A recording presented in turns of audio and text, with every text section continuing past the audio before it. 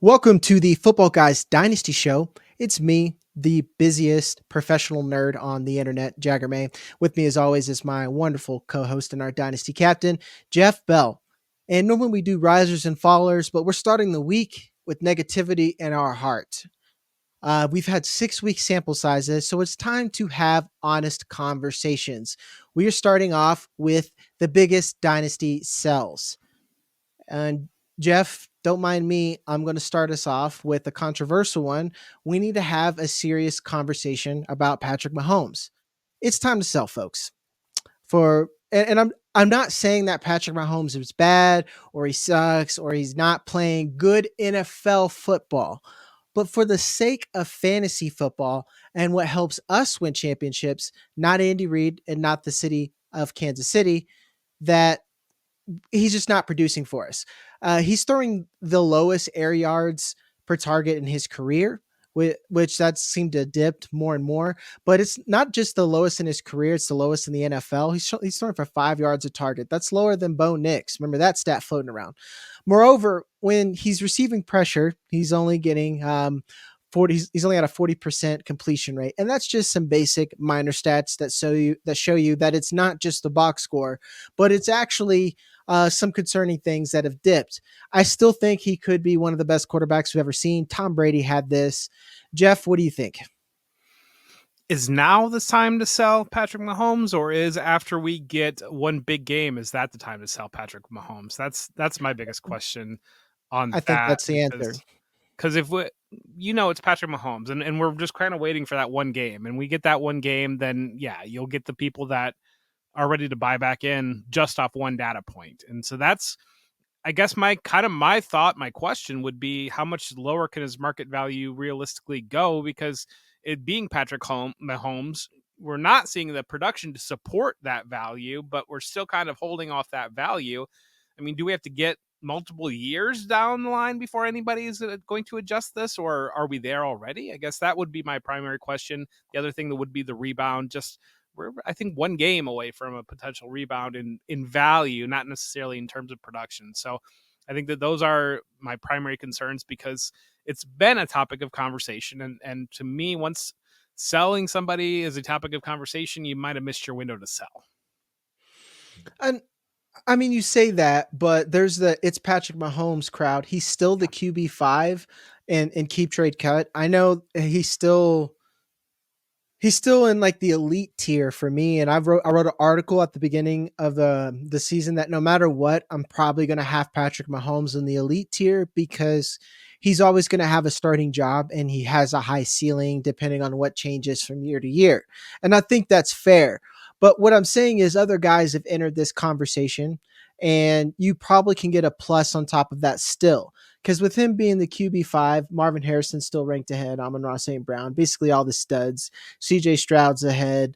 But some of them below him. Brock Purdy is leading in almost every efficiency stat in the NFL so far. And he is the QB 11 right now. So thinking of the plus that you can get on Brock Purdy, that's a younger prospect who I think is pretty good. And I think the whole Patrick Mahomes, where is he going, is gone. Kyler Murray has seen a dip. He's now the QB 10 at that point. You could probably, and this is on Keep Trade Cut, I'm using that as a value. Me and Jeff have them ranked differently, and that'll be on the screen whenever I get to it because I'm actually editing this episode. Little side note. You could get Brock Bowers plus. Let's say if you have three good QBs or something like that. There's, to me, even with his value so low, there's still a lot of pivot options before everyone else starts having this conversation. Because we're only just now, if you are on Twitter or chronically online, you're starting to see the other analysts even ask the question because me not having him as my top two was controversial at the beginning of the year. Yeah, and I get that, and I'm glad that you threw some context and some names on that of the pivots that you would go off. I always wonder about. I mean, Brock Purdy probably his reputation. I think you could probably get a decent plus on top of that. Mm-hmm. I see Caleb Williams ranked below Patrick Mahomes. I wonder if you could even trade Patrick Mahomes straight up for Caleb Williams after that game on Sunday. Jordan Mm-hmm. Love is right there, right behind Patrick Mahomes.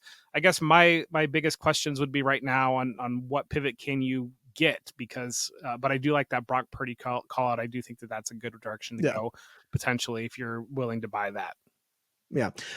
Brock Purdy, he's one where I've when I made this, I was thinking, like when we've said this time and time again, if you're new to this show, we'll say it again, that we're not super quick to move up our rankings in Dynasty unless it's some glaringly obvious things. And Brock Purdy needs to, I mean, arguably he needs to be up in Joe Burrow status, if not ahead. He definitely should be ahead of Justin Herbert. We were drafting Justin Herbert ahead of Brock Purdy this year. And if you really think about all the hindsight, all the signs of and everything that we knew, that was wrong process. And that's even coming for someone like me. So, like I said, guys, I'm not saying that Patrick Mahomes sucks. And then if you really want to 4D chess it, in some ways he's a buy if you're really looking for some stability at the QB position. And especially if you're a rebuilder, you probably would want to buy him. But let's say if you are trying to recoup some value or you need to fill a hole in at like running back or wide receiver, tight end, especially with all the struggles in that position now, I think it's perfectly timed to think that you should sell Patrick Mahomes because right now, according to Keep Trade Cut, Justin Jefferson is the top asset, and then Jaden Daniels on top of that. I think that's a little presumptuous to put Jaden Daniels ahead of Josh Allen at this point. I don't know about you. Yeah, I mean, I don't know. Show me a full season there, I think.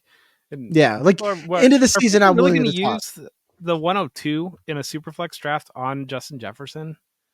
I don't know. I'm I skeptical wouldn't do from that. Yeah, drafts I've seen that people would really use the 102 on Justin Jefferson. and I'd argue. I mean, especially in superflex, I think Lamar Jackson has as much argument as being the QB1 over Jaden Daniels if you're considering body of work. Like he's a franchise QB. We've seen this consistently. And again, this isn't me freaking out and saying Jaden Daniels sucks. I think he's playing incredible football, but this is a rookie and this is the Redskins, or excuse me, this is the Commanders and something can happen there. And that was a Freudian slip because I've seen this team be bad since they were called the Redskins. Well, we'll move on to Jeff's before we go any further. We're going to stop and pay some bills. If you guys enjoy this kind of content, especially Dynasty information, me and Jeff are always here 3 times a week. Go ahead and hit the like and subscribe button. We are putting the trade show back on. We took a little break from that, but I'm ready to have your questions. They won't be on this week, but they will be on the next week, especially if they're juicy. Again, like, subscribe, tell Jeff you love him and he looks handsome today because homie's exhausted. And then you can go to footballguys.com/plans where I have my big board over there. Jeff is doing the waivers of the future article that I dumped in his lap. Sorry, Jeff. He also does several of our roundup articles and a redraft, as well as he does the Sunday morning start sit show with me. I flub that up. I've been really good at getting that one right.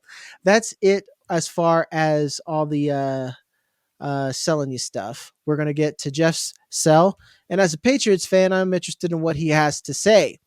Jalen Polk is your biggest sell here. Give us that sales pitch or reverse sales pitch. Yeah, I think Jalen Polk is he's a sell because I think one, he's in that window still where there's still the newness. There was a lot of excitement about him being drafted. Now you see the change to Drake May bring a little bit more excitement into that Patriots offense. And I don't know that Jalen Polk is ever going to deliver maybe on where some people were hopeful or kind of thinking. I think right now what you're seeing finally maybe is Demario Douglas stepping forward as that primary receiving option in that slot position. And Polk could potentially be a long-term play outside, but I don't think Polk, I would be surprised if at this point if Polk becomes a number one receiver, and I would be surprised if the Patriots do not look for a number one receiver. And so I think that when you start to add those types of things up, that if Douglas grows in the slot, gets comfortable, and is kind of that primary inside target, they go out and either in free agency or in the draft add a high level receiver to give Drake May a real threat outside, then you're kind of stuck with Jalen Polk.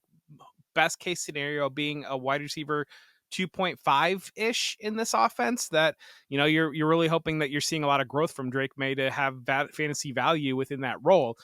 Then you're seeing some other players step up in the Patriots offense. And I think that you have this little window here with Jalen Polk where it's going to start to pick up steam that he's not really doing anything. Whereas right now, I think you're still a little bit of excitement about where he was in the rookie status, and you're starting to see some teams that are separating themselves, and they realize they're not going to win the championship this year, or they're, and maybe it's difficult for them to get draft capital, but maybe they can go get Jalen Polk. Maybe that is a player that they like to be in the rookie process. So I think you're in this little window where if Polk doesn't pick it up through the rest of this year, we know what that value is going to do when we get to the offseason, and it's going to be done. We saw it with Quentin Johnston. It was Quentin Johnston's complete write-off, and I think that Quentin Johnston was a better prospect than Jalen Polk, in a better situation potentially than Jalen Polk. And so that's where I'm moving off of Polk in this window. Yeah, Jeff, I love that. That's good gameplay strategy because I was curious when you gave me your sells because there are some deep cuts, but you could easily get a second for Jalen Polk right now.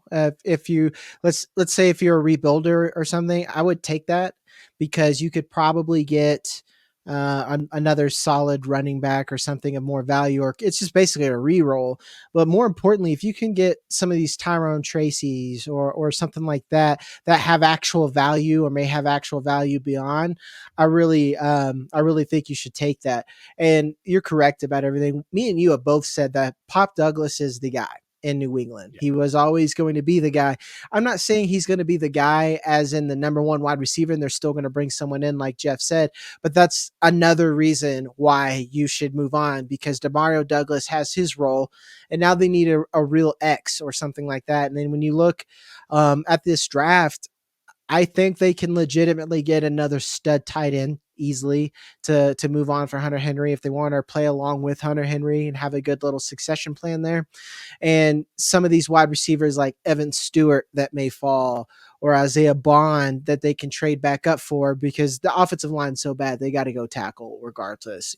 So that's something you should Yeah. worry about. Yeah, and you're seeing, so right now, I don't know, everything with a grain of salt, but Khalil Shakir, wide receiver 45 in keep trade cut with a value of 3,256. Jalen Polk, wide receiver 49 with a value of 2,916. I mean, can you give a third to turn Jalen Polk into Khalil Shakir, a fourth or like a fourth and a random player that you don't care about to do that? Mm-hmm. And so that's where I think some of these windows are, a potential pivot situation like that, give a little bit, and maybe they're buying on the youth of Polk. Spoilers, Jeff. That's one of my buys next episode. So It was one of mine, next. and then I figured you're smart enough to have it on your list, so I changed mine. Oh yeah, no, it's an obvious one when I saw it on Keep Trade Cut. I was like, "What? What are we doing?" Um, Next, it's someone that me and Jeff told you to hold on to, if not buy, and now I think it's time. We've accomplished and we've seen the ceiling. It's Jaxon Smith-Njigba. Right now, he is going around Jalen Waddle. One of I don't want to spoil again, Jeff, but he's going around Zay Flowers, T. Higgins, Tyreek Hill, even Jared Goff, Xavier Worthy, or mid first. I'm taking that every time with Jaxon Smith-Njigba. I think that he is replacing Tyler Lockett slowly, but what does that actually look like when DK Metcalf is the bona fide stud there? If you take away the penalty and a couple other things, DK Metcalf would have had a much bigger game and he's had a really great season. Do you think it's time to move on from him? Because I'm there. I know a lot of the data guys, I've been saying it, but we've said hold and we were correct. Now I think his value is at the point where you can move on. Yeah, I think that's fair. And my biggest concern, and maybe removing Tyler Lockett will open it up a little bit, but when you're looking at, I thought it was interesting last week, Geno Smith throwing for 312 yards, and it felt like about the most least helpful 312 fantasy yards passing that you can see, because who had a good game in receiving? I mean, sure, Tyler Lockett got a touchdown, but you were disappointed with DK Metcalf. You didn't really get a lot from Jaxon Smith-Njigba. I mean, maybe if you played Noah Fant, you were happy with that. In PPR leagues, you were probably happy with Ken Walker, but you saw they scored nearly 30 points, 312 passing yards, and you still felt disappointed with their receiving options because they're willing and they are spreading the ball around. And that's one of the biggest things that I think it's interesting to talk about. You think about Arthur Smith is always in, like, when you think about spreading the ball around and getting it to Mhm. players that just drive you nuts, and you look at what Atlanta has done now, they're giving the ball to Drake London, Kyle Pitts, and Darnell Mooney, and McLeod's getting a little bit, but you're really seeing the targets narrowed there. Whereas in Seattle, you're seeing the opposite. You would think that it would be heavy towards DK Metcalf, heavy towards Jaxon Smith-Njigba and Tyler Lockett, but yeah, Noah Fant's picking up. You're getting AJ Barner, the rookie tight end, involved. You're getting Ken Walker at 8 catches this past week. You're getting Charbonnet a little bit. You're getting Jake Bobo's getting some reps and Yeah. catching the ball a little bit. You're getting Laviska Shenault's occasionally on the field, like those types of things, and that's trouble for a player like Jaxon Smith-Njigba, whose true path is to volume. He needs a volume Yeah. to be able to get there, and he's almost. The Giants are another team that are doing a really good job at getting the ball to Malik Neighbors primarily when he's available, Wan'Dale Robinson, and then Slayton a little bit. And that's really kind of it. That's about the only players that are getting targets. And that's what you want to see when you look at a passing attack. So that's where Smith-Njigba, I think that he reminds me a lot of Wan'Dale Robinson, kind of, but like Wan'Dale Robinson might be dollar store Smith-Njigba because he doesn't have the rep, doesn't have the hype, but at the same time, it wouldn't surprise me at all to see Wan'Dale Robinson get more catches and more looks than Jaxon Smith-Njigba. So would you move Jaxon Smith-Njigba for Wan'Dale Robinson plus? It would have to be like a first plus, like it would have to be some serious Yeah, plus, but like, like a serious plus, yeah. yeah, Um, yeah, I mean, that you nailed all the things that I said because the Jake Bobo catch, I remember that because I remember scouting Jake good Bobo and player. I thought he could be, yeah, I thought like he's a good player. Like he does a lot of these guys that you guys have never heard of. That you're like, why is he getting catches? There are reasons why they're on NFL teams sometimes. Tim Boyle, I always have to ask myself why he's on a team, but like some of these other guys, they deserve touches too, and Jaxon Smith-Njigba is just I don't think he's going to be an elite NFL target earner, at least not right now. And the value of where he's at, I can get an elite target earner. Like right now, Zay Flowers is one slot ahead of JSN, and I think that's nuts right now. Next, we got another one from you. It's our boy Patty F. This is another one that we liked, especially for his startup value, but it is, has he eclipsed double digit PPR fantasy points at this point? Pat Freiermuth, Jeff? To my knowledge, I don't know that you've gotten much from Pat Freiermuth. He's sitting at tight end 18 or tight end 13 on keep trade cut. So he's just outside of top 12 status there. Yeah, he had 57 yards and a touchdown 2 weeks ago. He had a touchdown the week before. But yeah, 57 yards is a high water mark. You haven't been above 40 yards beyond that. And you got 2 touchdowns in back-to-back weeks. And so that's where maybe he ticked up a little bit of that value that you were hoping to see, but I just don't see it happening in terms of being a high volume threat within this Arthur Smith scheme. I think that Steelers have made really no bones about it that they want to upgrade their receiving core, looking for potential options to be able to do that. And so really when you look at it, and part of the reason why we wanted to buy Pat Freiermuth before was the lack of other available options. But if you still have the lack of other available options, and he's got one game over 5 targets, and most of his games are at 3 or 4 targets, and that's where it's just what are you dealing with? And if I can sell that as a tight end 13, or if I've got somebody out there that is really disappointed in their tight end production or just nervous in that regard, and they're still looking at Freiermuth as, hey, well, he can be a number 2 option in this Steelers passing attack, that's where I want to move and capitalize and move off of Freiermuth, because I do think the Steelers have shown themselves that they are willing, obviously with the Brandon Ayuk talks, their name's been a little bit in the Devonta Adams talk. I think you're going to see some wide receivers shift around as they keep winning, as they stay in it. I think they know they need that in their offense, and I think that they're going to be active and get somebody. And so that's where you insert it's probably not going to be Amari Cooper given being in the same division and being rivals there, but say you were to put Amari Cooper into the Steelers offense opposite George Pickens, what does that do for the perceived value of Pat Freiermuth? Yeah, I mean, his numbers are bad when you consider what you look for at least good tight end production where you feel great, put him in your lineup week in and week out. Only getting 4.3 targets per game, 32 yards a game. He's only running 23 routes a game. Darnell Washington is even getting some usage there. And it's kind of like what you said about the Seahawks, except worse. George Pickens, again, for a double, sorry, Joe, I just think he's a shit ass and he's just not happy in the Steelers. He's not playing well. So right now it's Justin Fields kind of playing hero ball, but doing a much better job at it than he had in Chicago and having a little bit more support. But it's just muddy on who's getting the ball there. And you can't really count on Pat Freiermuth week in and week out. So especially I'm thinking right now, a real life move is I have a team with Sam Laporta, Pat Freiermuth, and Kate Otten. I might move Pat Freiermuth if I get him for a second to a team who doesn't have a tight end. That's probably good value considering what I can get, especially with tight ends in the next draft class. And I keep saying, guys, there's no Brock Bowers, but there's like 3 Sam Laportas in this draft class. It's pretty loaded and it's pretty deep. I was arguing about someone with Terrence Ferguson, and Terrence Ferguson would be like the tight end 2 in this like last year's draft class if he was in it, you know. So that to give you kind of an idea. So I'm all with it.